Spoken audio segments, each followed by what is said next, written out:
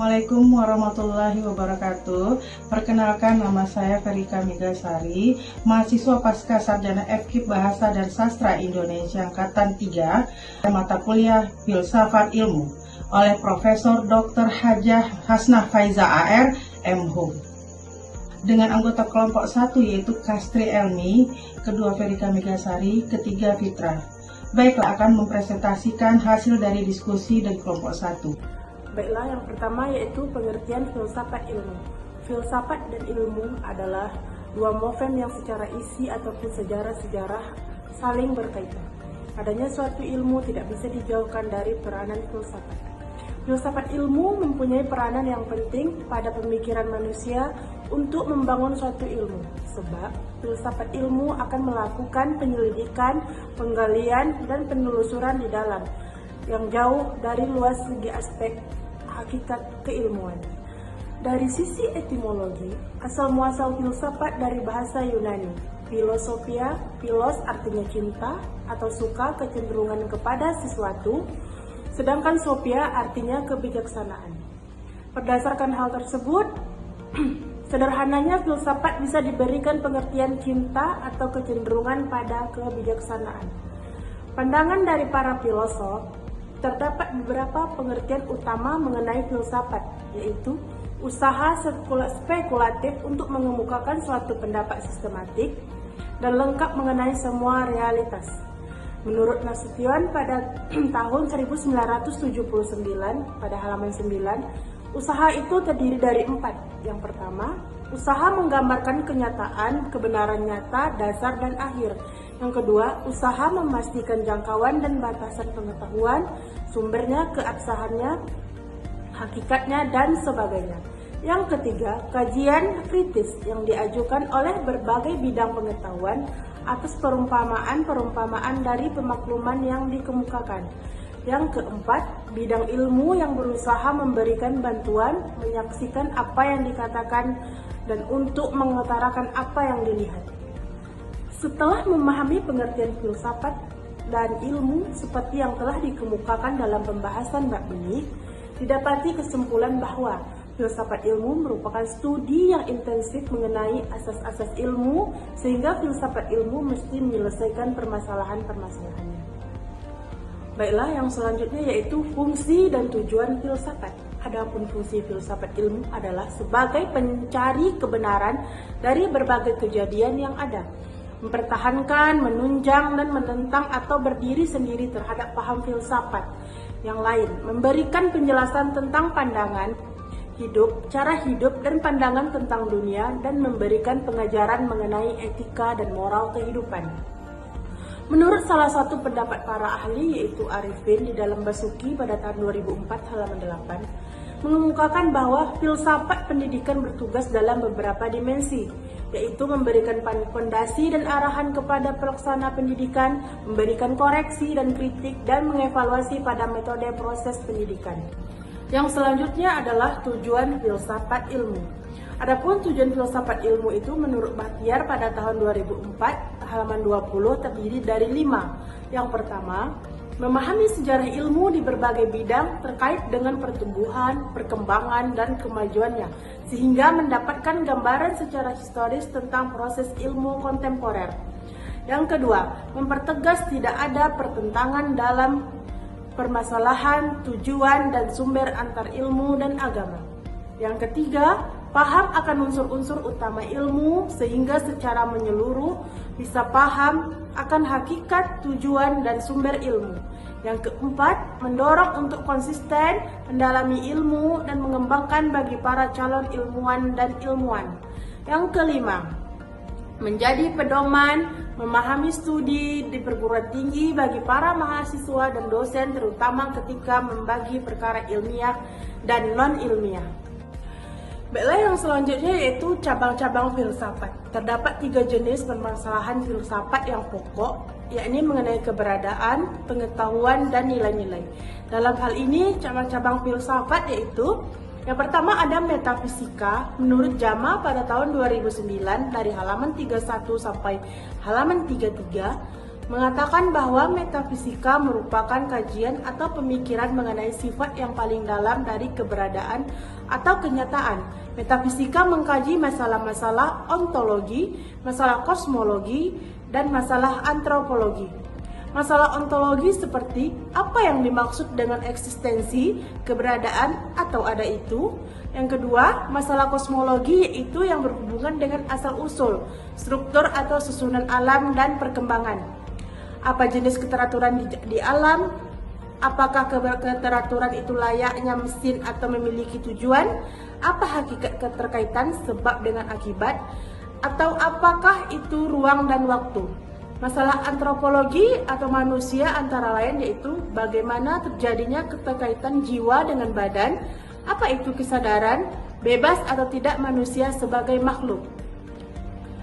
Yang selanjutnya ada epistemologi.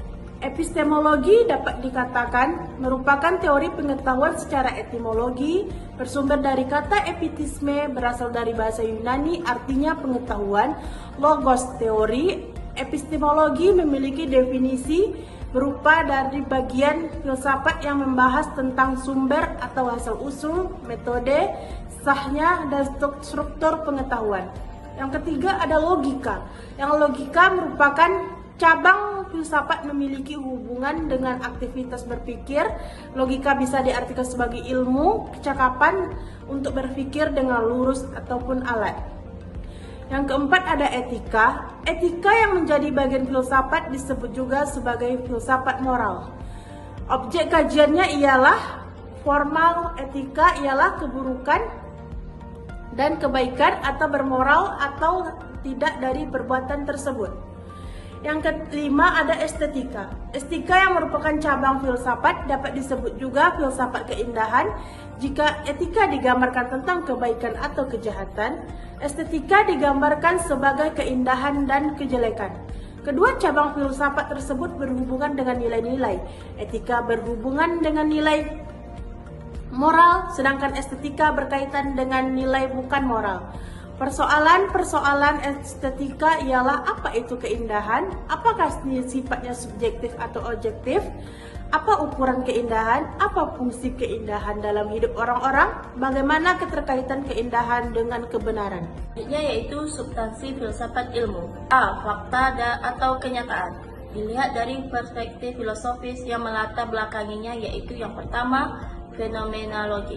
Mempunyai dua haluan perubahan berkaitan dengan pemahaman fakta atau realita. Pertama, mengarah pada teori korespondensi, yakni terdapatnya hubungan antara ide dan fenomena.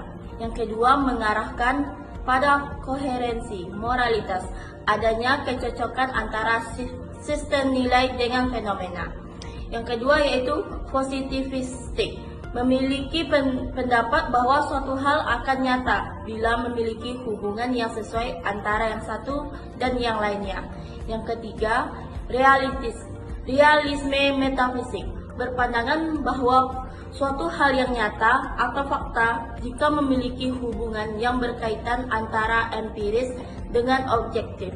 Yang keempat, rasionalistik, menganggap sebagai fakta atau kenyataan apabila ada hubungan yang berkaitan antara empiris dengan skema rasional. Kelima, pragmatisme, berpikir bahwa kenyataan atau fakta itu adalah yang berfungsi. Yang B, kebenaran. Menurut William dalam Ismaun tahun 2001 mengemukakan 5 teori, yakni kebenaran pragmatik, performatik, koherensi, korespondensi, dan proposisi. Bahkan Muhajir menambah satu lagi teori yaitu kebenaran paradigmatik. Yang pertama yaitu kebenaran korespondensi. Berpikir bahwa secara korespondensi merupakan proses pemikiran tentang sesuatu hal itu terbukti relevan atau tidaknya dengan hal lainnya, keadaan searah atau tidak antar fakta yang diinginkan. Fakta dalam keyakinan dengan sifat yang khusus merupakan pembuktian korespondensi relevan.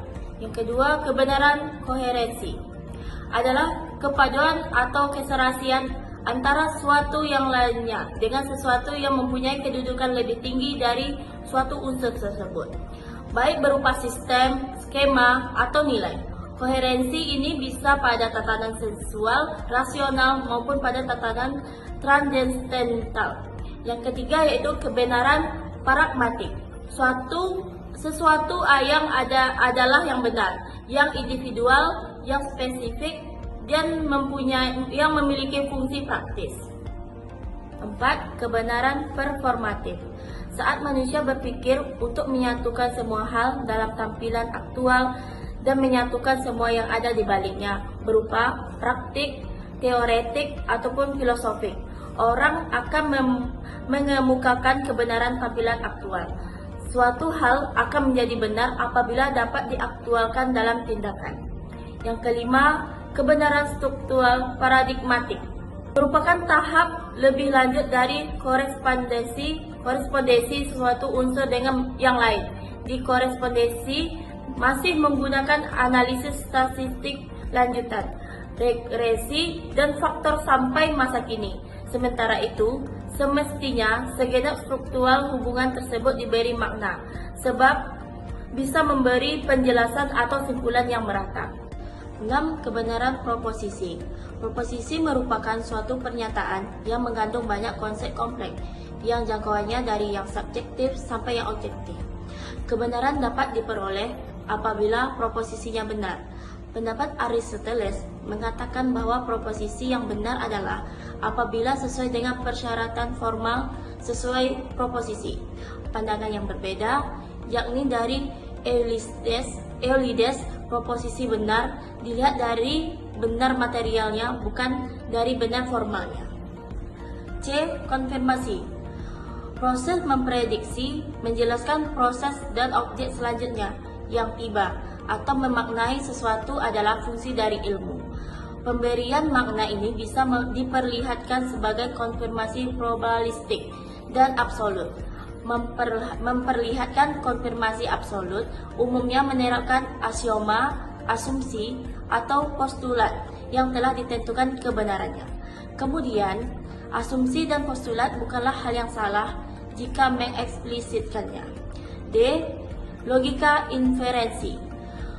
Menurut Surya Sumantri tahun 1995 memaparkan bahwa penarikan kesimpulan bisa diartikan sahih apabila dilakukan menurut cara tertentu, yakni berlandaskan logika yang merupakan pengkajian atau berpikir secara sehat. Selanjutnya yaitu ciri-ciri pemikiran filsafat. A. Universal atau umum. Berpikir dalam filsafat memiliki kecenderungan dan tingkat keumuman yang tinggi.